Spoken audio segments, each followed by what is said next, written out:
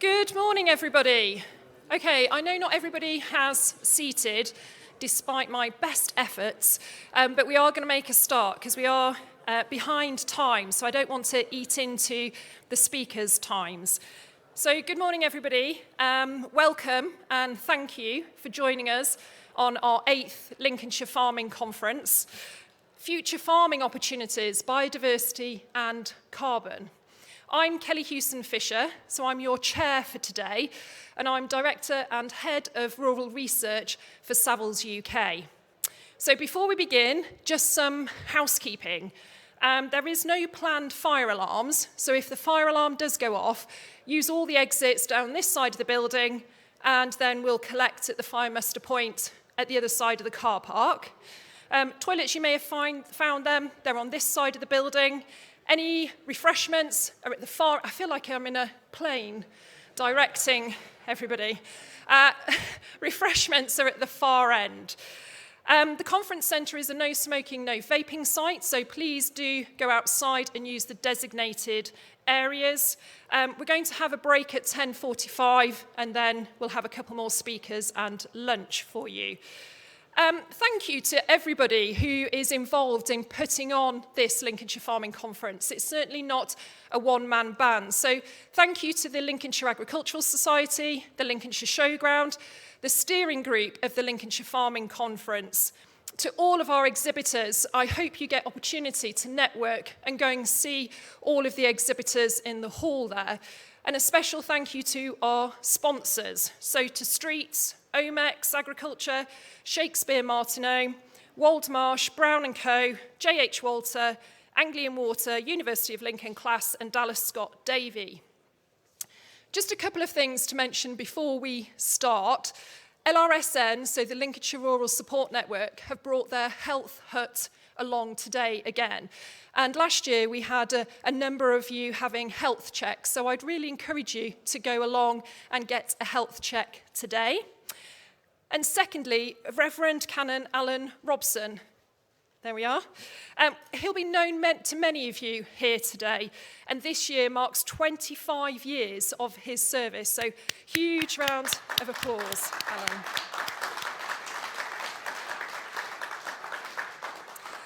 So thank you very much, Alan, to all of your support that you've given to many individuals and to many organisations. A new appeal sets out to raise funds for an additional part-time colleague and to secure Alan's post for the future. So please visit the stand here today to find more about the chaplain's work, the appeal, and events running over the next 12 months.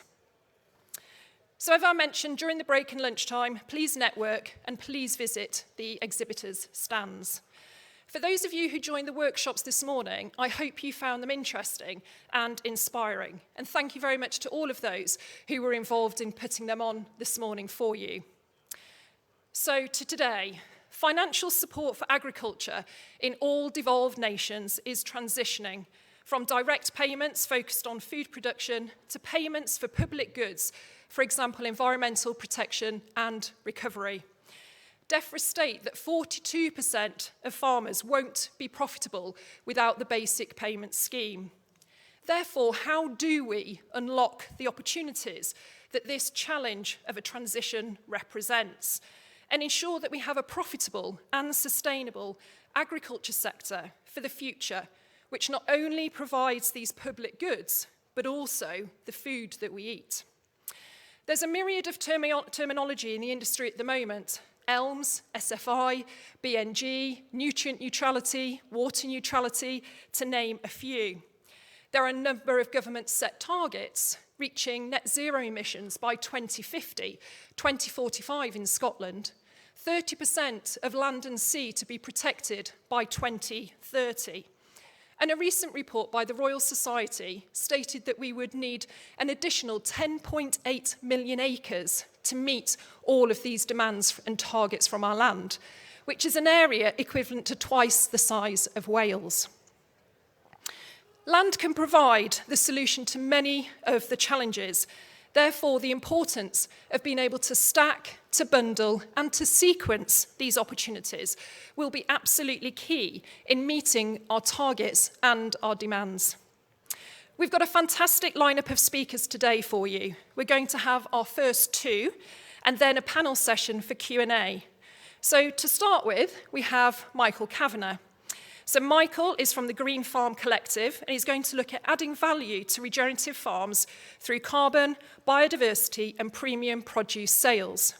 Michael was Soil Farmer of the Year 2020 with a revolutionary approach to tilling, or rather lack of it. Michael's zero-till arable farming is a testament to his commitment to sustainability and soil health, and I'm really keen to learn more about the stacking of opportunities from Michael. Please welcome Michael.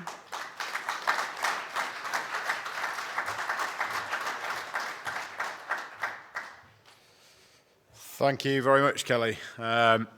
You may notice me hobbling on stage a bit. I hope I've got enough in my knee to stand up for 20 minutes, but brain and body didn't quite engage when on a ski slope last week, and so we're a bit sore this morning. But anyway, thank you very much for having me to speak here today. Technology is working. I'm going to speak briefly about how I farm and then talk about the Green Farm Collective. The Green Farm Collective is a business that myself and three other farmers started. Really, as Kelly has alluded to, farming is changing, and how do we plug that gap in incomes that farms are going to miss out on, in the post-BPS era. First and foremost, I studied agriculture at Newcastle University, and I'm actually from a non-farming background, so I'm first-generation farmer. And I sort of worked my way up to the job that I'm in now as a farm manager in Shropshire. So we're roughly 1,700 acres now, and that farm has tripled in size since I've been there. We're predominantly combinable crops, but another 350 acres of grass and woodland as well. So on the arable side, we've got a fairly diverse rotation: wheat, rape, beans, oats, quinoa if you shop at Waitrose, or quinoa for the rest of us, and yeah, spring barley, and also some grass in the arable rotation as well for the sheep. On the sheep side, we have roughly 700 ewes, run on a fairly extensive system. So everything is lambed outdoors in April, and I've, over the last 4 years, have managed to get the whole flock so that we're no longer reliant on any concentrate feeds at all, and every single lamb is finished on the farm, either on cover crops or on herbal lays or on grass lays. And that's been a really interesting transition for me. I sort of grew up with my career working in intensive indoor lambing systems, intensive concentrate feeding, and pulling myself away from all of that was a bit of a mindset change and a bit of a wrench. However, the results that we've seen from it have been really, really positive. Essentially, the health of the flock has certainly improved. I'm becoming far less reliant on antibiotics and on wormers as well. But the really interesting thing that I found is that actually everything is sold for me dead weight, and my dead weights have increased by 2 kilos a lamb. So that's really, really significant for me. I've got far less cost, and actually I've got a more valuable product at the end of it. So, as I said, all my lamb goes into a local farm shop, and they're averaging 15 lambs a week at the moment. So it's a really good market. Fully well aware. That's not good. Slide not working properly. Fully well aware that I'm speaking to a predominantly arable audience here, so we'll concentrate a bit more on the arable side of things. Don't know why this slide isn't working, but anyway. So essentially, on the arable side of things, I farm without the use of a lot of synthetics that we've all become accustomed to using these days, and I fell into this not because I suddenly wanted to become a regenerative farmer. I started on this journey really 9 years ago when I took the job on that I had. My brief was to run a profitable and sustainable business, and first and foremost, that's what I'm trying to do. I realised that in my farming career we were going to lose an awful lot of the chemistry that we as farmers are so used to using. So I wanted to wean myself off that chemistry whilst I still had it to fall back upon and use if I needed to, because as I said, I've got to run a profitable business. So all my combinable crops are now grown without any insecticides, without any bagged P&K, without having to use any lime anymore, without the use of any plant growth regulators. Last year, I used a fungicide on 10% of my wheat on the home farm, and that was it. No other crop had any fungicides. And one of the criticisms that people would straight away say is, well, yeah, that's okay, but what about your yields and what about profitability? If any of you have been unlucky enough to hear me talk in the last 5 years, I'd probably have said that if we break the 10-ton to the hectare wheat yield barrier on our farm, we'd be popping the champagne. We are now doing that under this system. So that crop of wheat, which I don't quite know how well you can see, and as I say, the slide isn't quite working properly, but that was a crop of Dawson wheat last year, had 140 kilograms of nitrogen, had no fungicides on it whatsoever, and it averaged just over 10 tonnes to the hectare. So we know we can do it. We know we're doing it across the board. I've used one example there, and actually, there's people out there pushing the boundaries far more than me. So that spurs me on to push the boundaries even further. And another sort of happy consequence of this farming system is that nature and biodiversity thrives alongside it. All life starts from the soil up. We all know that. I never set out to go, right, I want to improve bird life on the farm. But it happens that bird life is thriving on the farm. We're measuring it. We have a bird ringing group that comes in and catches and rings and quantifies. And actually that tells a really, really positive story that we as farmers, we all have it going on our farms, and the more that we tell our positive stories like this, the better, in my opinion. So, the Green Farm Collective, we'll move on to that. Carbon, biodiversity, the sale of regeneratively farmed produce. We started 2.5, 3 years ago now, very focused on carbon, because we firmly believe that farming in the way that we farm, with zero till, with lower inputs of nitrogen, with growing cover crops, with not bombarding our soils with pesticides, that actually carbon-wise we're farming in probably one of the most carbon-friendly ways we could be. So we were very focused on carbon in the early days, and finding a carbon calculator that was accurate and legal. And the second part of that, I think, certainly for me as a farm manager, and I'm sure for any farm owners out there, the legalities of it are absolutely paramount. We've chosen to go with Trinity Sandy software. It probably doesn't give us as generous as a result as certain other softwares out there might do. However, we believe with they've got a scientific board of 40-odd scientists sat behind them, and we believe that it's legally and scientifically the most accurate software that's out there. So we've been using Trinity Sandy and firmly believe it's the best one out there. And this is for my 2023 harvest. So you can see I've got a total sequestration of 452 tonnes, total emissions of 372. So I've got a net carbon balance of basically 80 tonnes. So that means I'm 80 tonnes better than net zero. Now to me, that's 80 tonnes of carbon stacked up in the corner of my shed. I've gathered that carbon. That's carbon sat in the corner of my shed a bit like a pile of wheat.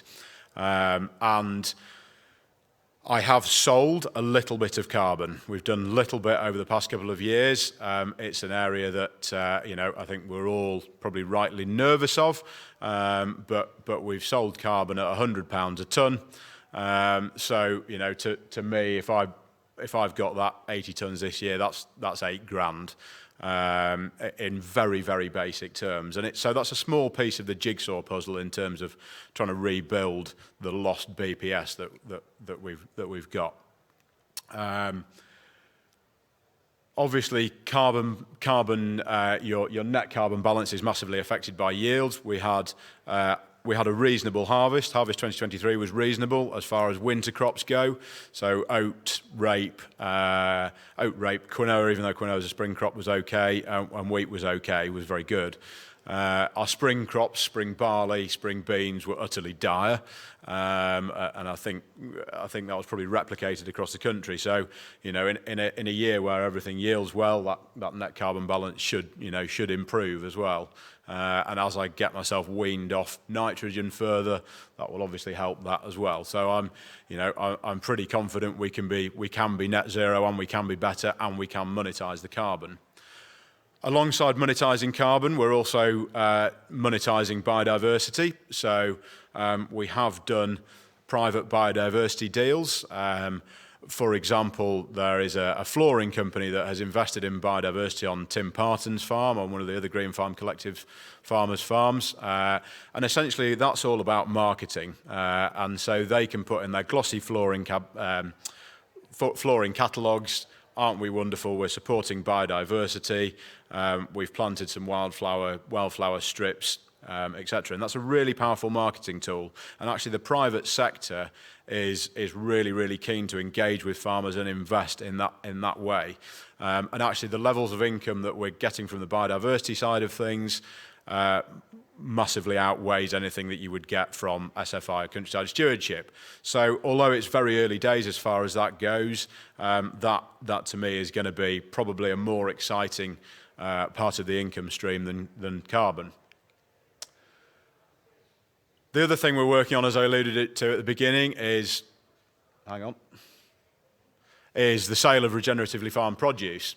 And we've been working with Food Integrity Assurance, essentially to create an audit where if you believe you're a regenerative farmer and you're farming perhaps in a similar sort of a way to me, then there is an audit process that you can go through, which I know we're all reeling at the thought of an audit process. It's not too arduous, and at the end of it, we have premium markets for those crops.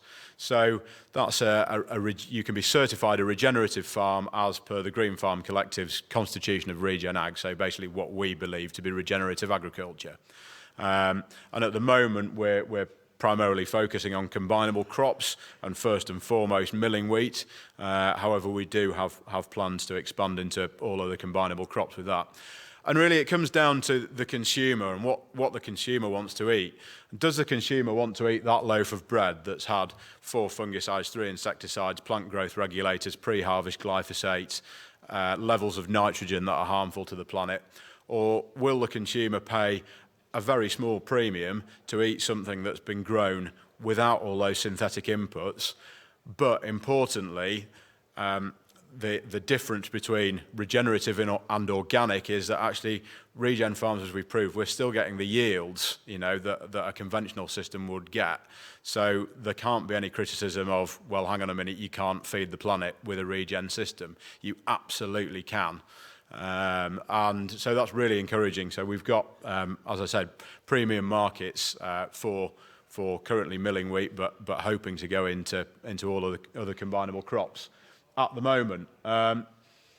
Again, this slide hasn't come out quite right. I'm sorry about that. But this is actually a slide that I've stolen from someone else, which is probably why it looks the most professional one on the deck. But what it's showing is this is nutrient value in 2020, and it's a study done by the Bionutrient Institute.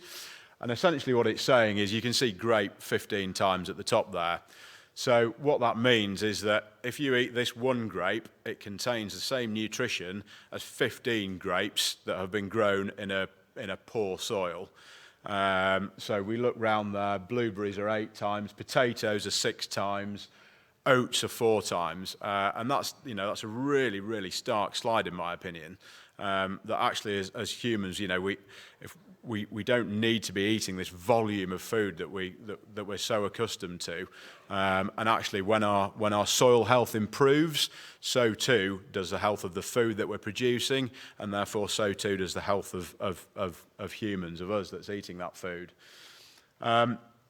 So it's a fascinating slide in a world that I'd love to look into far more, and I think will become a part of this regeneratively farmed produce.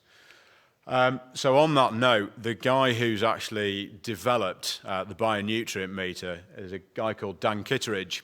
And basically it's a handheld device, and you can go into the supermarket and you can scan foods, and it will tell you what nutrition score that food has. And we're fortunate enough, Dan, he's over from the States, and he's coming to speak to the Green Farm Collective members and also anyone else that wants to come along on Thursday the 15th next week. We've also got Patrick Holford coming. Patrick Holford is, again, he's a guy I'd never heard of. When I mentioned him to Mum said, oh yeah, I've got his cookbooks. But anyway, he's a guy who very much believes in sort of the healing power of food and how we as farmers can be responsible for growing better quality food. So he's coming to speak as well. And we've then also got a showing of the film 6 Inches of Soil. So as I say, if you go online, search for that, see myself or Angus Gowthorpe that are here today. If you're interested in coming to that, there are still a few places left for next Thursday. Leading on from that, we have also got a £10,000 Green Innovation Award.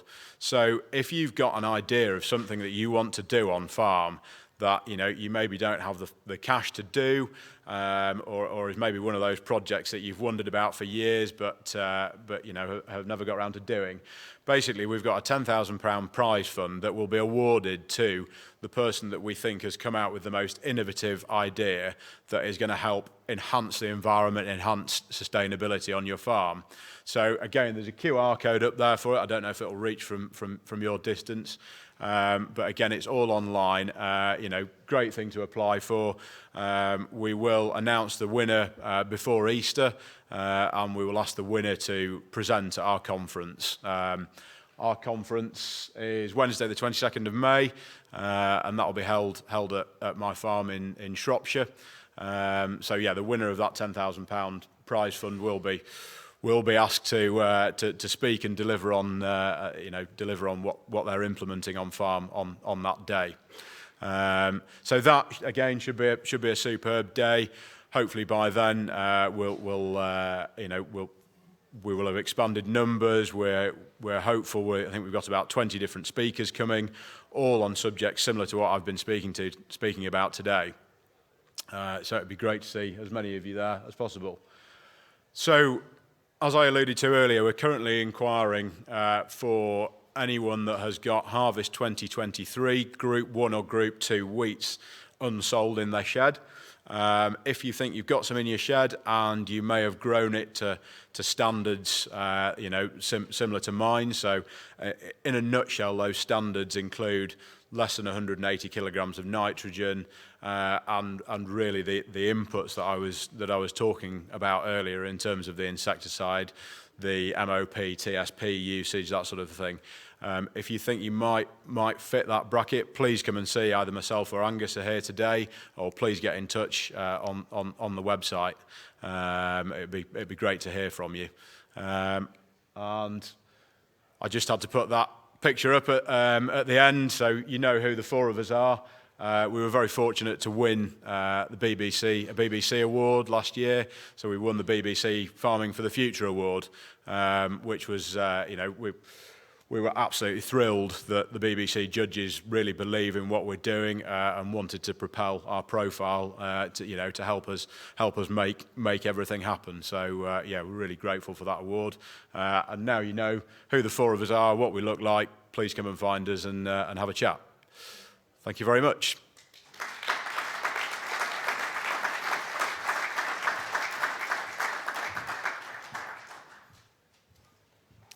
Fantastic. Thank you so much. That was really interesting in terms of being able to look at how do we stack and bundle and sequence those opportunities going forward. I've got loads of questions for Michael. Apologies, Michael. But I hope you have too. So just keep hold of them. We're going to have our next speaker, and then we're going to invite Michael back up onto the stage and have a panel discussion. So hold on to those questions and we'll get them answered for you. So our next speaker that we're really pleased can be with us us today is Liz Bowles. So Liz is the CEO of the Farm Carbon Toolkit, and Liz will look at how we can get to grips with carbon. Liz's passion for agriculture is both professional and personal. So professionally, Liz has completed a Nuffield scholarship, and her insightful research into cooperation into the red meat sector has been instrumental in shaping that industry. In her personal life, Liz manages one of the UK's largest pedigree flocks of Shropshire sheep. Try saying that when your teeth put back in. With a myriad of carbon tools available, I'm really keen to hear from Liz. Thank you.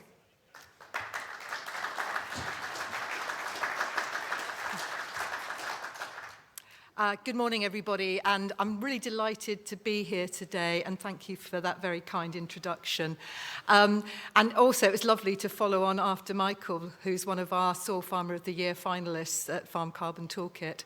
So this morning, I really want to spend the next 20 minutes or so just talking about all of the issues around carbon accounting, and also to put it into context with all the challenges that are facing you as farmers right now. So if I can get this to work. Yep, there we go.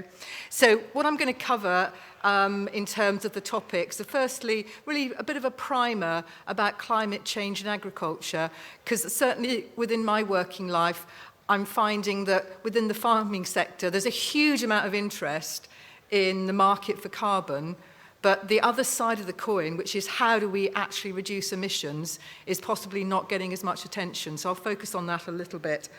And then talking about farm carbon footprinting, it's a very complicated topic. And I think the one watchword that everybody who's involved in this space says, when you find a calculator you like, stick with it. Because I think changing calculators makes your life much more complicated.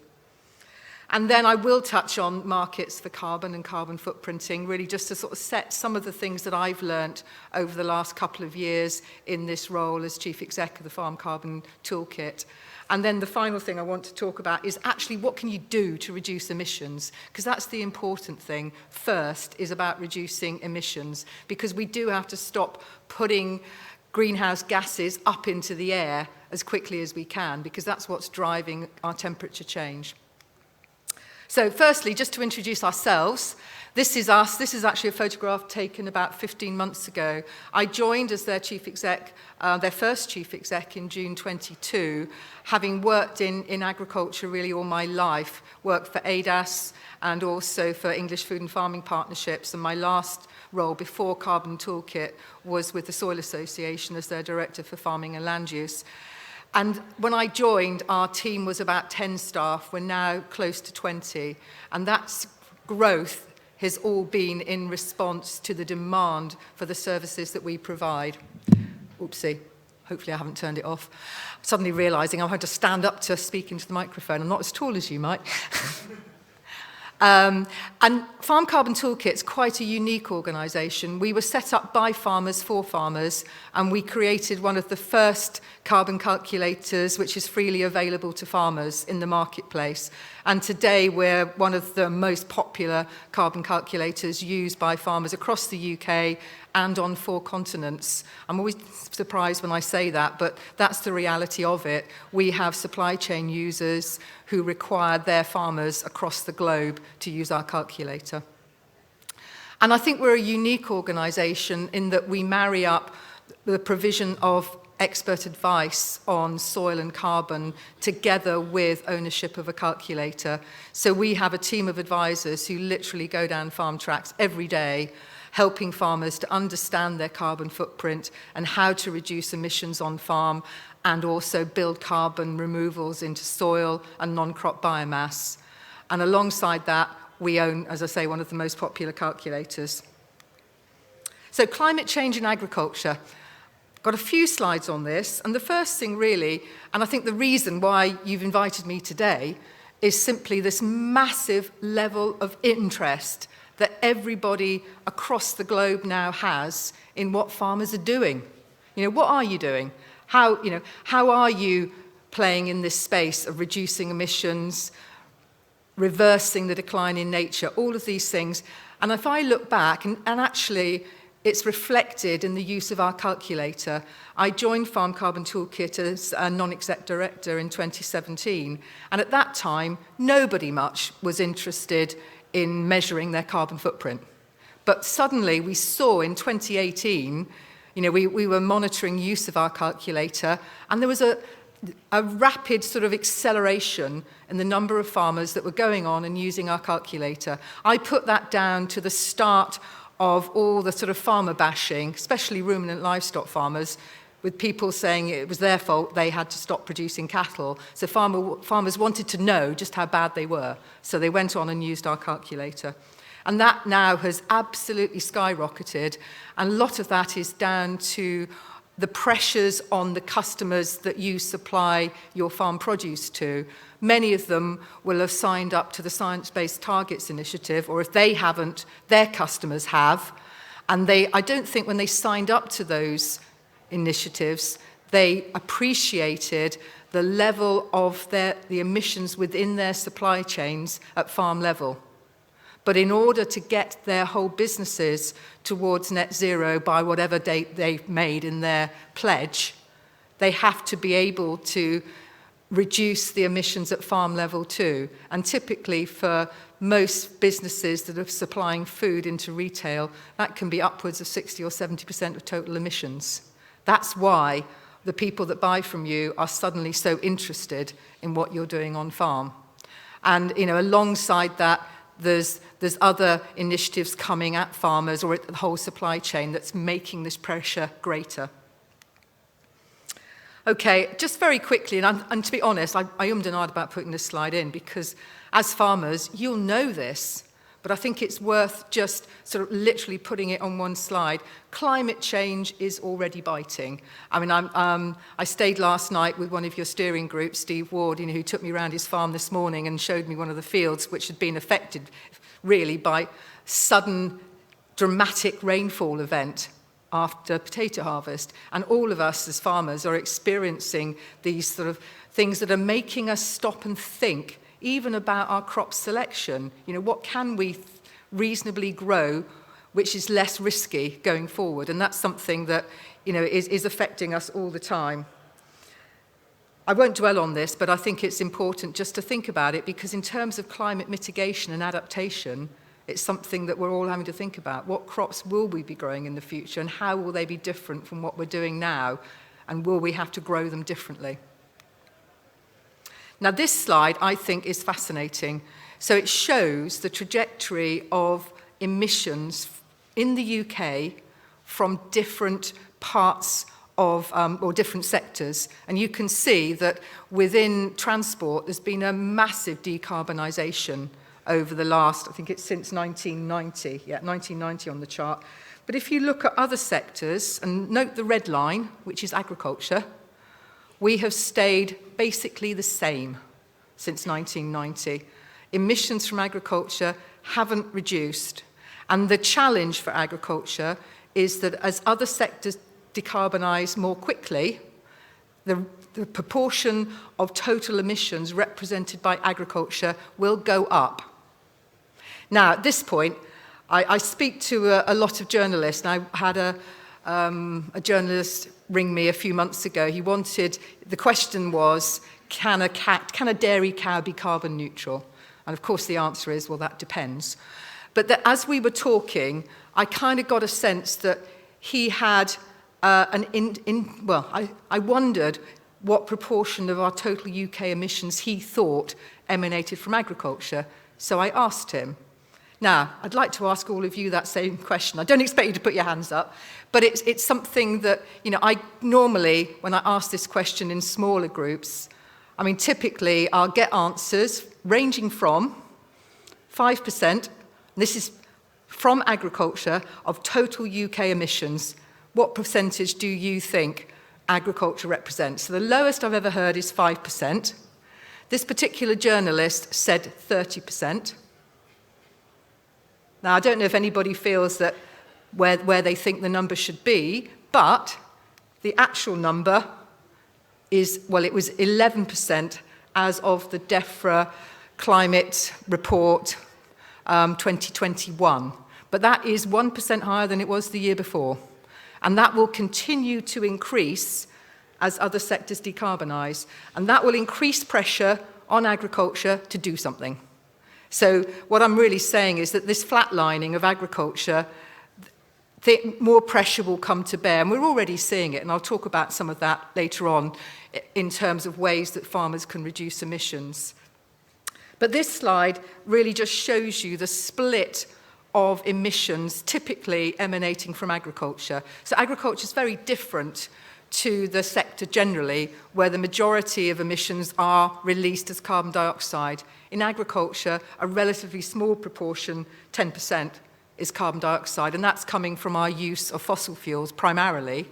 But the bigger chunks are coming from methane, either directly from enteric fermentation in ruminants or manure management, or nitrous oxide from our use of fossil fuel-based fertilizers, and also some emissions of nitrous oxide from manures. And I think it's important to sort of understand where those emissions are coming from within agriculture, because unless you understand it, it's really hard to know what you can do about it. I think it's also worth bearing in mind that this whole space, and in a way, I don't want to put you off from doing carbon footprinting at all. In fact, I advocate everybody should do a baseline as quickly as possible. But the science is evolving very quickly. And what we thought was right probably 5 years ago may well have evolved within the next 5 years. And here I'm thinking about how we frame different greenhouse gases. So I'm sure, well, perhaps you haven't, but some of you in the audience may have seen some of the kind of discussion about whether we should use GWP or GWP star to accurately account for methane. Because unlike nitrous oxide and carbon dioxide, which linger in the atmosphere for over 100 years, by comparison, methane has got a very short longevity within the atmosphere, around 12 years. So there's an argument to say that methane should be treated differently. As yet, that hasn't happened. We're still typically looking at GWP 100, so basing those emissions over a 100-year life. Having said that, the thing also to bear in mind is that compared to carbon dioxide, nitrous oxide and methane are far more potent greenhouse gases.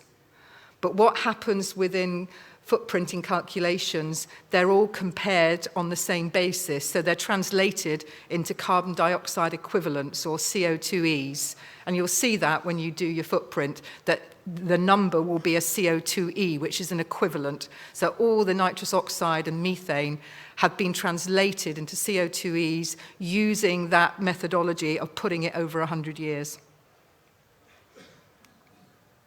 And then typically, this is what we find from our calculator, is the split of emissions between arable farms and typical ruminant livestock farms. And if you look at the ruminant livestock farms first, you can see that methane represents just about 50% of all livestock farm emissions. And that is significant, and that's the big number that people that want to argue for a lot less ruminant production cling on to. That doesn't come just from enteric fermentation, it will also come from how manures are managed and stored. But it is a big chunk. In addition to that, then, another big area which we can do something about, in fact, we can do something about reducing methane, enteric methane, but probably not as much as some people would like to think we can. But in terms of feedstuffs, there's a lot we can do, and that's about where those feedstuffs come from and the footprint of those individual feedstuffs. And I'll come on to that later, because we're involved in a project that is looking at just how to do that to reduce the emissions associated with livestock feed. But then if you look at arable farms, this is a fairly typical sort of arable farm, the kind of numbers that we get coming out of our calculator users. And we've currently now got over 8,000 sets of data on our calculator, and we're now able to benchmark really quite accurately different farm types. And you can see more than 50% typically of an arable farm's emissions are coming from fertilizers as nitrous oxide. And that's quite significant. That does include the emissions associated with producing the fertilizer, getting it on your farm, and your use of it. And I'll come on to that in a minute, looking at the different scopes of emissions. By comparison, fuel use is in the orange. That's a bigger chunk on arable farms than on livestock farms, but that's mainly because of the sort of dominance of methane. But again, it gives you quite a nice place to start, because when you've done your footprint, you can see how you compare to other similar farm types and where you might be doing better or where you might be doing worse, and then start to think about, okay, so what can I do? Okay, so we move on to farm carbon footprinting now, and really it's just a few slides about how it's developing as an activity for farm businesses and really the point of it.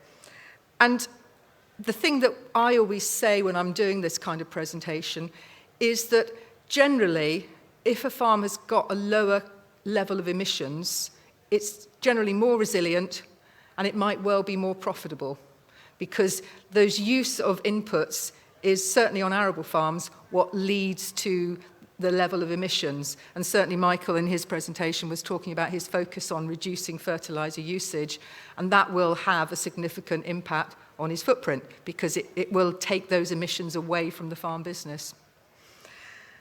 And it also means that you've got somewhere to work on. Because I think the difficulty at the moment for many farm businesses is that uncertainty about where do I focus. And I always liken it to this. During my stint as an ADAS farm business management advisor back in the 90s, the focus was on yield, on productivity, and on profit. That was the lens that everything was looked at through. Now I think as farm businesses, we've got three lenses. It needs to be profitable, of course it does, otherwise you won't stay in business. It needs to tick the carbon footprint box. Do you know what it is, and do you know what you can do to improve it? And thirdly, and increasingly, this is the one, does it tick the box of responding to the decline in nature? Because the bit that I always think, and having worked in agriculture all my career, I think I know it, is that we used to think of the environment and nature as a nice to have. You know, you put it in the kind of the scheme kind of thing, and oh, that's nice, I've got a few skylarks or whatever. But now increasingly, we are beginning to see that the ecosystem services, we rely on those services in order to produce food, and we meddle with them at our peril. And I think, so those are the three lenses going forward. It's going to be profit, what we're doing about our emissions, and what we're doing about biodiversity. So, oh, this one hasn't come up quite right either, I don't think. Don't know yeah, it's pretty good. And I think the bit that I'd like you to take away from this slide is that emissions can go up as well as down. And that's down to, you rely on the weather. And certainly last year, we were seeing in some of our soil analysis work that we do across the country, that soil organic matter levels, despite the best practices that the farmer had implemented, had gone down. And that was generally thought to be because of the very hot, dry, windy weather. And I think that's something that increasingly we're going to have to think about, how we look at that in terms of certainly of any carbon credits you might wish to sell. And the other thing I think I'd talk about here is that level of headroom, how much space you've actually got to increase levels of organic matter in soils. Last year at our annual field day, which was held at Julian Gold's farm, which some of you may know, his soil organic matter levels now in the middle of his field are approaching the levels under the hedges. And sort of conventional wisdom suggests that the levels under the hedges is probably about as good as you're going to get it. So the point at which the middle of the field is as good as the edges, your ability to increase soil organic matter levels further is probably going to tail off. And I think that's something that we need to think about, because in 5-10 years' time, farm businesses will have to have some mechanism for being at net zero. And if you've got nowhere else to go, you'll have nothing to put against your emissions. Okay, so this is about carbon footprinting itself. Now, I want to say it's not rocket science. Sometimes it feels like it is, being in charge of an organisation that's dealing with it. Effectively, what all the calculators are is a series of calculations or formulae, and we require data on all your inputs, on your land use, on your livestock, on your cropping, on what you sell, what you use, and then all of that data is put into a series of different calculations in order to calculate your carbon footprint. And I would say all the calculators are generally aligned to IPCC standards, some variation. Having said that, the variation is reducing as harmonization comes into play, because it is. So that's effectively what you have to do. You need to collect all that data, and generally, certainly, the ability to integrate the data collection process with other platforms that you're using, like Gatekeeper, like Muddy Boots, is making that process much simpler for farm businesses, because you can simply ask for your data to be transferred from one platform to another. And the great thing about that as well is, A, it reduces your time for inputting, and B, is that consistency of data. Because the biggest determinant of the accuracy of any carbon footprint is the quality of the data that's been put into it. That's probably a bigger determinant of the accuracy rather than the calculator you've used. And you can imagine it's most businesses put that information in themselves. And I'm pretty certain that farmers have worked out how to have a better footprint or a worse footprint, depending on what information they put in. And that's something I think that going forward, all of us will have to think about, especially as there is a greater and greater requirement on that level of quality of data. And certainly in his presentation, Michael mentioned about legality. I think it's probably more about verification that this footprint has reached a certain threshold of accuracy, especially as more and more play is put on that footprint as an indicator of the farm business's movement towards net zero, because I do believe that probably in a few years' time there will be a requirement on demonstration of net zero before carbon credit sales can commence. Okay, so just one slide about our calculator. As I mentioned before, it was developed for farmers by farmers, and we're a community interest company, and as such, our calculator will always be free for farmers to use directly, because that's our mission for the farming industry, to provide this calculator. The thing that we do that some other calculators don't is we also enable farmers to measure their sequestration, their carbon removals, into hedges, trees, woodland, different countryside stewardship prescriptions where there's information from Natural England on the likely level of sequestration arising from those prescriptions, as well as soil organic matter. But for soil organic matter, we rely on soil tests, so soil analysis results, and that requires you to put in 2 sets of results at least 1 year apart, and ideally with your soil bulk density, because those are the 2 things you need to calculate your levels of soil organic matter and hence carbon. And you'll probably only remember this one number, but for every 0.1% increase in soil organic matter, it's equivalent to an increase in soil carbon of around 9 tonnes per hectare, which I think is quite a big number. And that's probably how, Michael, you'd have arrived at the level of sequestration, be based on soil organic matter levels rising? Partly, yeah, okay. And I think I've got one more slide about the actual process of footprinting, but certainly within our calculator, we combine all the different scopes. I'm sure you're starting to sort of learn some of the language, which is you've got your scope 1 emissions. I think it's the next year. Here we go. Thank you. Your scope 1 emissions, which are very much the ones that are directly you're responsible for, and then those emissions which are more to do with inputs that you buy. And all calculators should really account for all of those. What we also account for at Farm Carbon Toolkit is we do the embedded carbon in your capital. So if you've got machinery that's less than 10 years old, we assign an embedded carbon figure to that, as well as to things like concrete steel.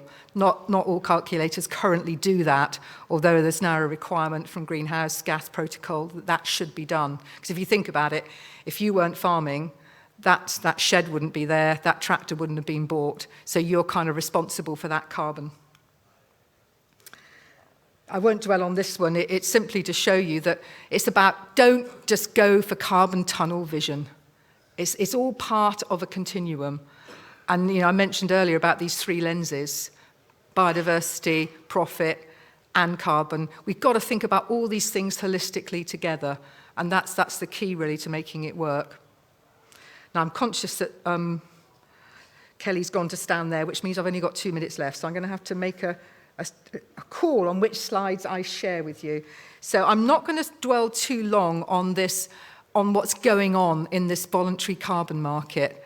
The thing I wanted to help you to see is the requirements are getting tighter on how this market operates. And I think the big one I would really draw your attention to is the need for permanence. And that is something that I think we're all struggling with, but effectively it means you've got to keep it there for a good length of time. And if you want to claim a further carbon credit, it has to be additional. So for instance, if you're working on soil organic matter, it's for the next incremental rise, but it has to stay there permanently. And the next slide I wanted to share with you, which I don't know that you can actually see it, but I don't know, can you see it? Yeah, you can see it better than I can. This was some work that was done by the Green Alliance for the Oxford Farming Conference in 2022. And it was showing, it's basically an analysis of a whole load of research to indicate the likely levels of either soil carbon storage or reduction in emissions from different farming practices. And the ones that have got asterisks on them, i.e. polluticulture and reducing drainage from peatland soils, both of those two are reductions in emissions rather than sequestration. And you can see that they're quite significant when looked at with application at scale. And just for comparison, in this particular year, the emissions from agriculture were something like 45 million tonnes, carbon dioxide equivalent. So the ability of polluticulture or changing drainage levels is the most significant thing that could be done on a UK scale to both reduce emissions or build carbon storage. And I know that's not a welcome message, but that's kind of what government's been working on. But then down at the bottom, you can see min-till, no-till systems. There's no real conclusive evidence at scale of their ability to store more carbon in soil. And that's, in a way, my sort of watchword to you, is to rely on assumed levels is risky. That's really the take-home message from that.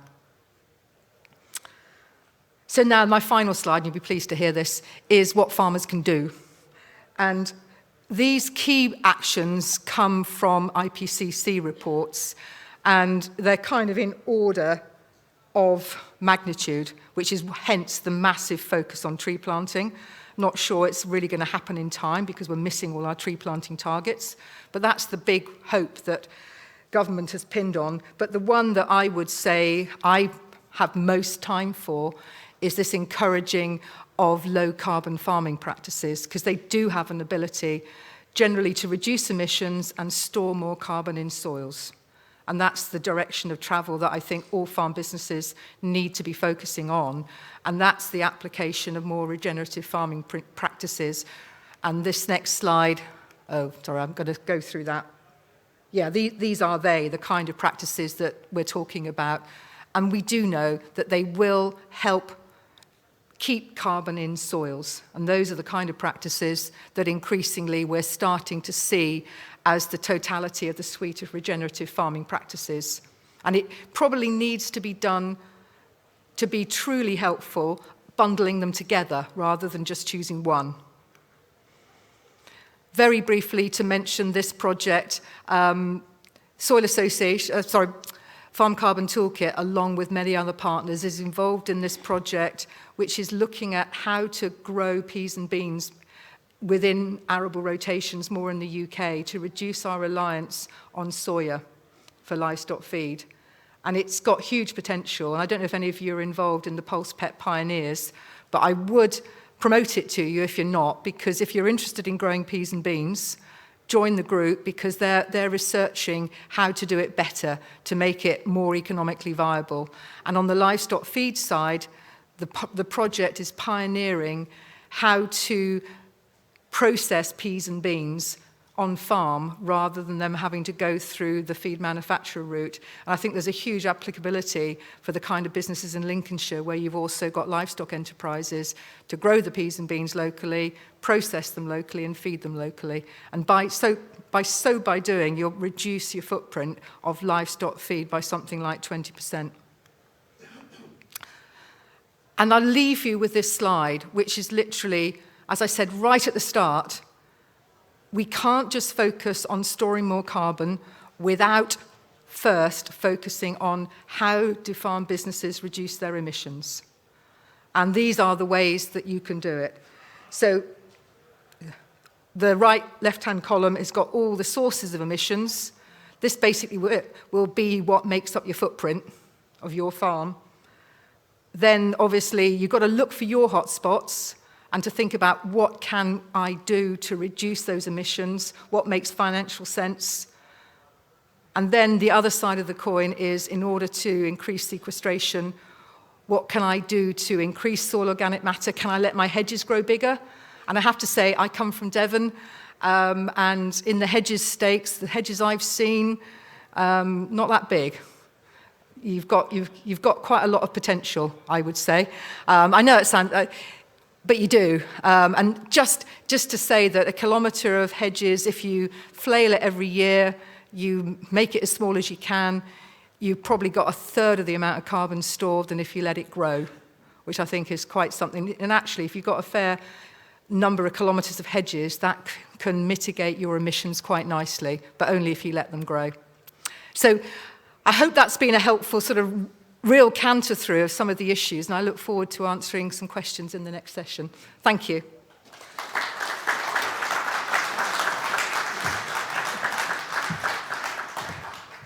Thank you very much indeed, Liz. So we've invited Michael and Liz to do a panel session.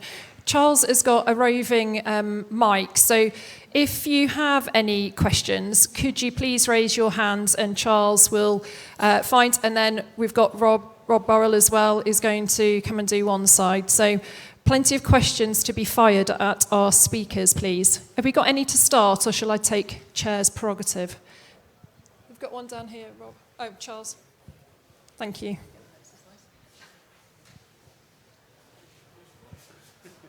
Thank you, Charles. Liz, Steve Orchard from the Farming Programme.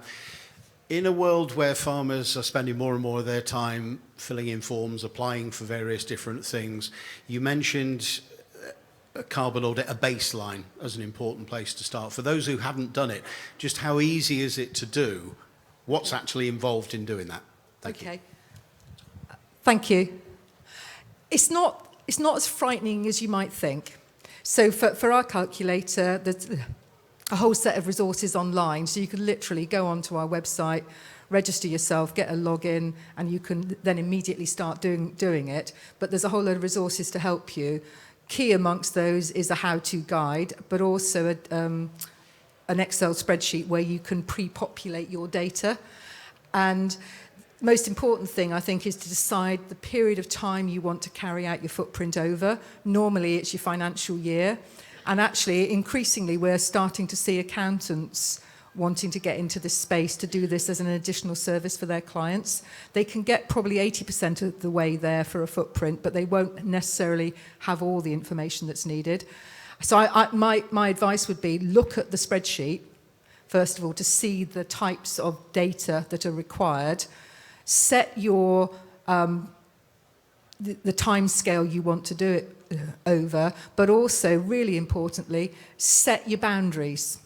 And by that I mean, if you're a farm business, and primarily the business you supply with grain, with pigs or whatever, will be wanting to know your emissions per kilogram of product you sell them.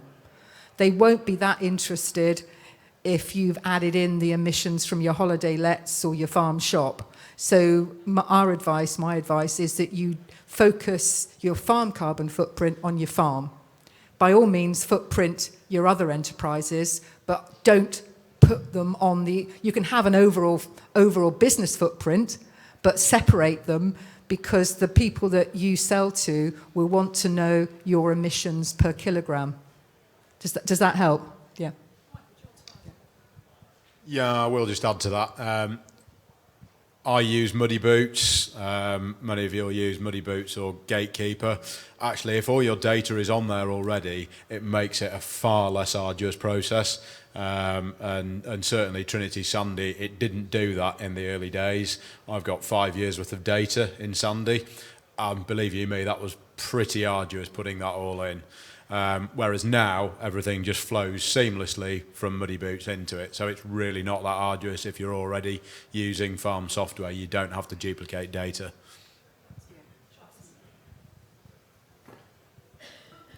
Hi, thanks very much. Both excellent speakers, thank you. Mark Tinsley, I wanted to ask about the choice of carbon calculators and what does harmonisation mean? I think there's a lot of choices out there, and how should people go about thinking which calculators to go with? You mentioned a couple earlier, Sandy, and yeah. Yeah, I mean, I'll start as I'm holding the mic. I mean, as I said earlier, we chose to go with Trinity Sandy just because we believe that the metrics behind it and how it works are the most accurate that are out there. And actually, as far as the Green Farm Collective are concerned, we want to pool all our members' carbon to be able to sell it in far bigger numbers than we have done to date. And to do that, we need to be absolutely sure that everything has been calculated as robustly as it can be. There are already stories out there, you know, some horror stories of carbon perhaps not being calculated very well, and banks not lending to farmers if they've sold, you know, through spurious sources, and that makes me very nervous. It probably makes us all very nervous, and I think if you're going to actually trade some carbon, then the accuracy of that calculator is imperative.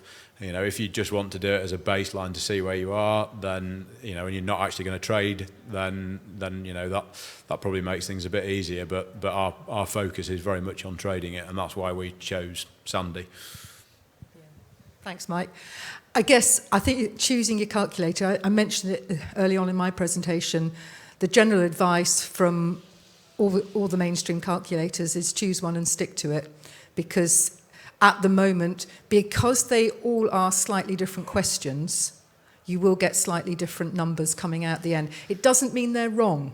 And I think we recently, and some of you may know about this, DEFRA commissioned ADAS to look into the 6 most commonly used calculators, and they reported, I think, just before Christmas, with the report published just after Christmas. And certainly from the presentation I attended, the lead author of that report said there's many ways of calculating a footprint wrong, but there's no one accurate way, or there's no one way of doing it properly, because it depends on the questions you're asking. But having said that, there is a move, and we're working with 2 of the other calculators to harmonise our methodologies as much as possible. And what I would say to you as a farmer looking to use a calculator, have a look at their methodologies, see how transparent they are in telling you how they're doing the calculations, because most calculators will tell you that. And I think the final thing I'd say is this: if you're, and I really agree with Michael, if your motivation is to know where you're starting from in terms of emissions, that's a slightly different thing to wanting to know how much carbon you're removing as a precursor to a possible carbon offset sale. In the latter case, and it's really not to do with calculators per se, it's to do with the accuracy of your measurement of your change in soil carbon stocks that's important. And this is a sort of topic where, you know, how intensively do I need to sample my soil then becomes the question, because you'll all know as farmers how much your soil varies across a field. I mean, I'm a farmer too, and I know full well where to get the best number and where to get the worst number. And, you know, in order for this market to function effectively, we need as a country, as a globe, to agree on what is good enough, because you can't possibly survey every square inch of soil to account for all the potential variation. And that's the biggest driver, actually. And that's not down to individual calculators, that's down to analysing soils. Thank you. Do we have any further questions? Oh, there's one in the middle, Robert.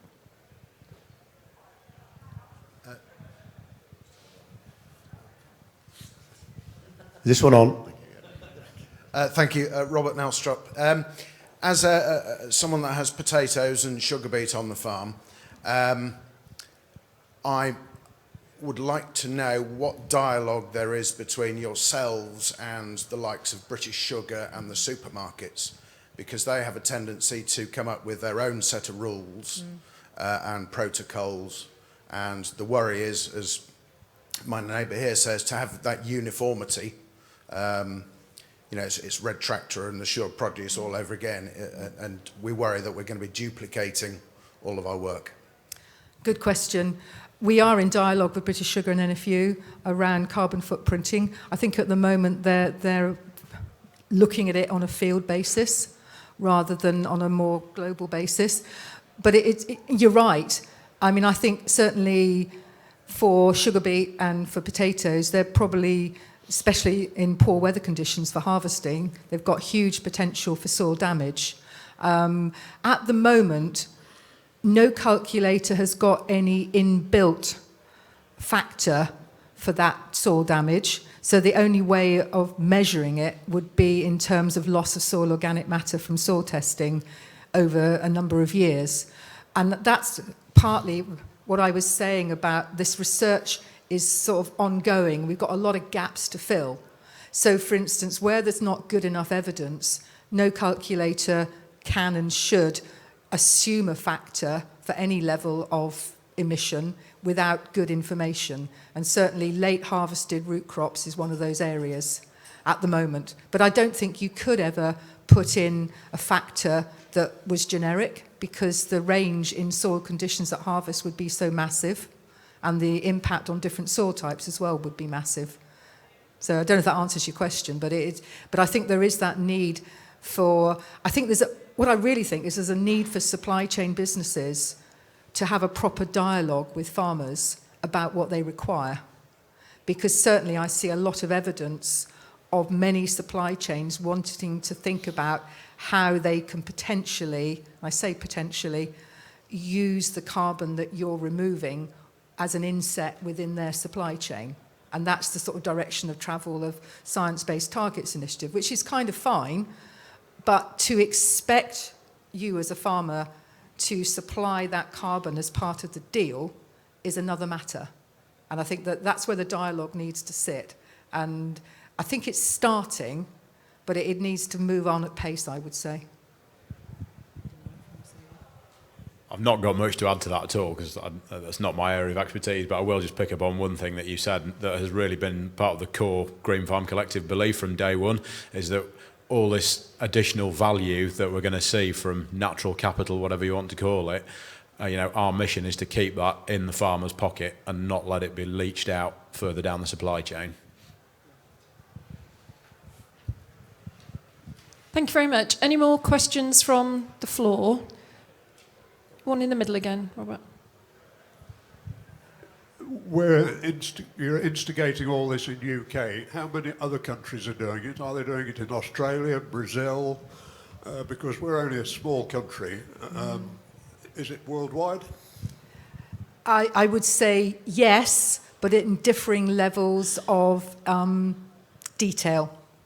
I've seen some of the calculators in Australia, and they're probably behind UK in terms of detail. And I think probably it's fair to say that UK is quite good in terms of detail on calculators. And in fact, the fact that we're used in 4 continents, and every week I will get somebody contact me from some country somewhere asking about an international version. And we do produce international versions. And what I mean by that is we use the factors that are government requirement in those countries. We also translate the calculator into the required language and also look at the farming activities in those countries and the likely inputs in order to come up with a calculator that is accurate for those countries. So I can see that that's happening, because I had this, I was speaking in Scotland last year, and there was some carrot growers in the audience, and we've actually produced an international version for Italy specifically for carrots going into a supermarket chain. And there was a concern that the carrot growers overseas were being judged against a different standard, but where the same calculator is being used across the globe, actually that you can almost be better assured that the same standards are being used in terms of that carbon accounting. And I think that's the way that it will end up going. Some countries clearly aren't doing a great job at all. But what I would say is that probably globally, the interest in standards is possibly greater than it is in the UK. I mean, we haven't actually sort of mentioned that yet, but certainly within the UK, there's a lack of government interest in this space, and certainly no action on government part to provide any regulation in this space. So the industry is having to do it itself. I think in other countries, it's more government-backed. Brilliant, thank you. We've got time for one more question, if anybody has one. Very quickly from me then, to both of you. So Liz, you mentioned a three-lens approach going forward, so profit, emissions and biodiversity. And I just wondered if food production was a deliberate omission within that, and your thoughts on that. And then to Michael, looking and following on from that point, you've really looked like you've developed an integrated approach there. How does that sort of fit with this three-lens approach that Liz has mentioned? Thanks, Kelly. I think I'd taken food production as a given within that, because within profitability, I'm thinking of your profitability as a food-producing business. But actually, you make within that question, it's a very valid point. I personally don't believe that farmers have an absolute duty to produce food. I think it's up to every business to work out its own strategy and look at all the options available to it as a business. But certainly food production is critical, and I think that's the dilemma that I think we're in at the moment, that it doesn't feel as if there's an interest per se in any level of food security.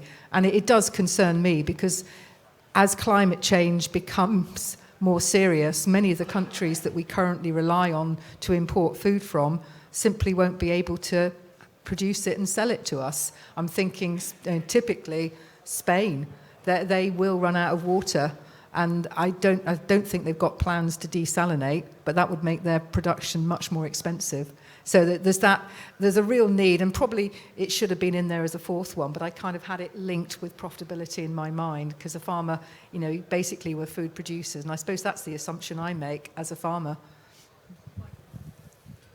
Yeah, food security, that's a whole new debate really, isn't it? And personally, I believe that farmers, first and foremost, we are here to produce food. And personally, I would sleep a lot easier at night if we were capable of being self-sufficient as a country. So yeah, I have got an integrated system, and really, I suppose the underlying point behind it is that actually we can farm in a way where we are producing high volumes of high quality food, and we can reverse the decline in the environment and the climate that we're living in. We can do it all at the same time, so let's get on and do it. Where I'm absolutely in favour of, we need to try and rebuild that biodiversity and try and undo some of the damage that we've done to the planet. We can do that alongside growing food. So food production for me is first and foremost is the most important thing farmers should be doing. Excellent. Thank you very much indeed. Could we please put our hands together for our speakers, Liz and for Michael? Thank you. for me, certainly, that last question really, it'll be interesting, the conversations that we have through the break. Should food production be a given? Should it not be a given? And how do we take that forward?